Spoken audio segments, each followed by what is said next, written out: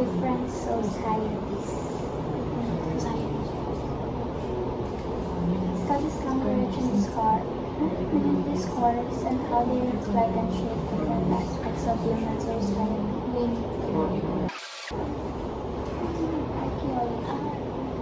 Wait lang.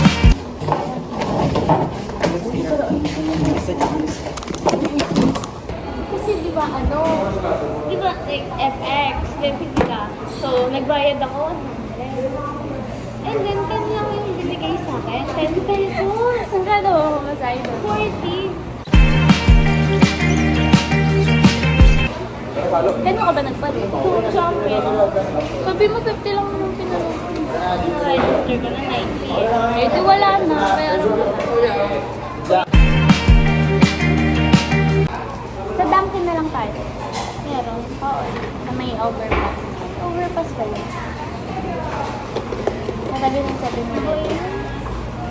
Sabi ko nga sayang na pera.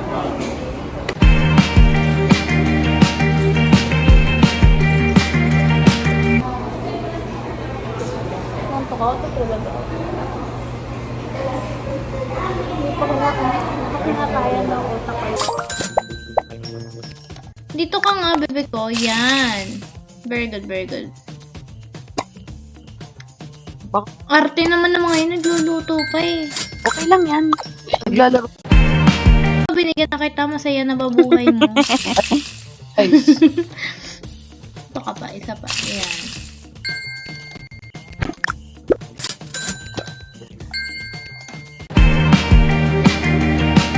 Jassel, bigay mo na yung tubig. Ano ba?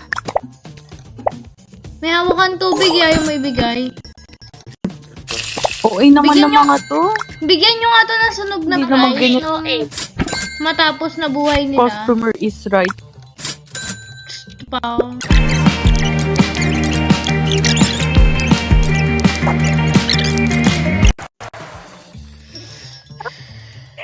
Hanggang ilang level to? Arte. Traffic. Sa kanya ko pala dapat binigay. Tagal Pagaling. naman nung drinks. Ang tagal naman nung drinks. Mag-prepare na kayo sa kamay nyo. Meron. Puro naman to burger. Bayan, dami namang nagpupunta. Yung daming damo ah. Actually, mga yun.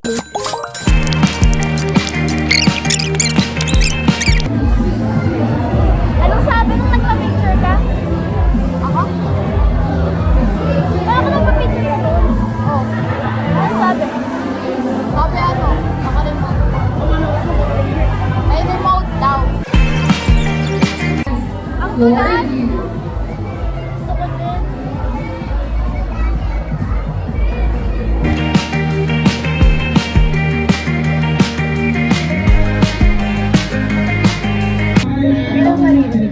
Oo, maririnig.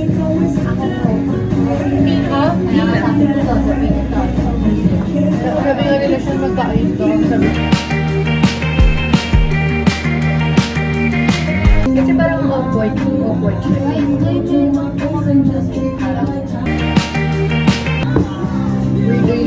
Babati niya daw ako.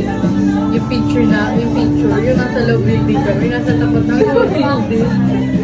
Ikaw pa nag-picture na siya.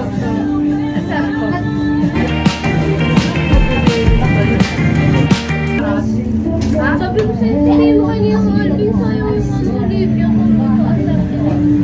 Uy, tagal na nun. Hindi ako makabukod. Hindi pa nga niya ako pinabada na regalo ng Virgin.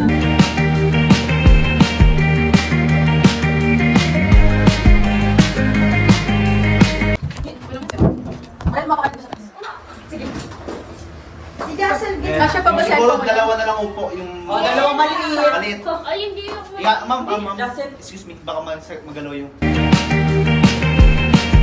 Hindi sila nakain. Si Edin kaya umupo. Tayo ka, Jocelyn. Ay, ito pala si Jocelyn. Si Bea. Test shot muna kayo, ma'am. Test shot lang. Si Marie. Si Marie. Ayun, test mo yun ha. Shot agad yun. Bali, paalala ko lang po ulit, yung backdrop, ingatan na lang na matapakan natin ha. Okay?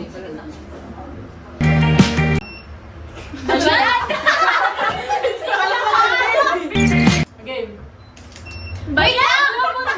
Magsabi naman tayo! Ano muna tayo? Yung magandang normal... Lagyan mo pang- timer. ano? Oo, dito na yan naman ako. Ayoko Kaya mo, parang pangat ng box. Pila tayo by height, tas lakas. Ay, tapos nabasalita. Oo. Okay.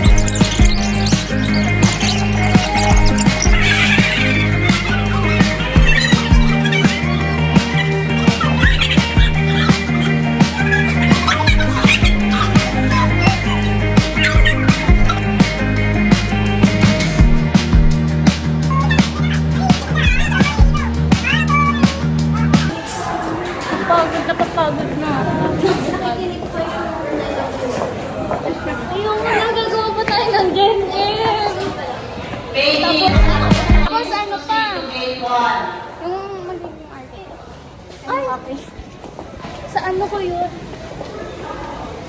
Ano, sa Batangas ko gagawin. Ngayon pa ko na ako ng pakulay ko. Oo, papagawa ka no. Yun, no? Galing-galing ko mag-draw. Uy, wow! Nag-play lang ako eh. Oh, na-idea mo ba yun?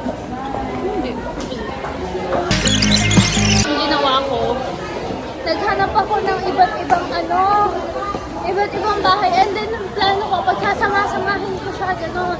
hindi yung that gagawin ko eh. Iko-combine ko. Meron ba tayong shirt? Yung sa ano? Oo, meron. Magkano kaya yun? Tsaka kailan tayo mabibigyan? Siguro kapag nag-ano na talaga tayo. Kasi wala pa din. Alam mo na. Hi, this is my reflection about my PETA and oral communication, which is the Week in My Life video.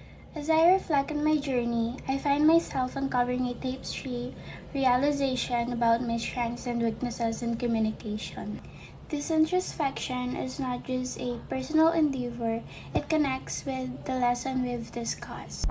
One of my personal strengths is that I speak with passion.